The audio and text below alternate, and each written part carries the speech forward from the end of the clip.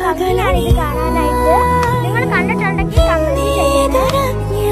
നമ്മുടെ നേരെ ഇങ്ങനെ വരുവാണ്. കാണാൻ നല്ല ഭംഗിയാണ്. നമ്മുടെ കടത്തിൽ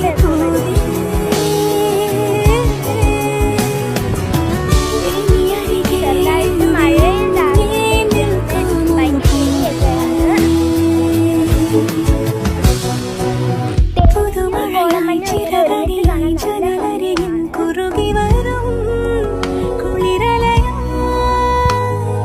നിങ്ങളിങ്ങനെ കണ്ടിട്ടുണ്ടോ?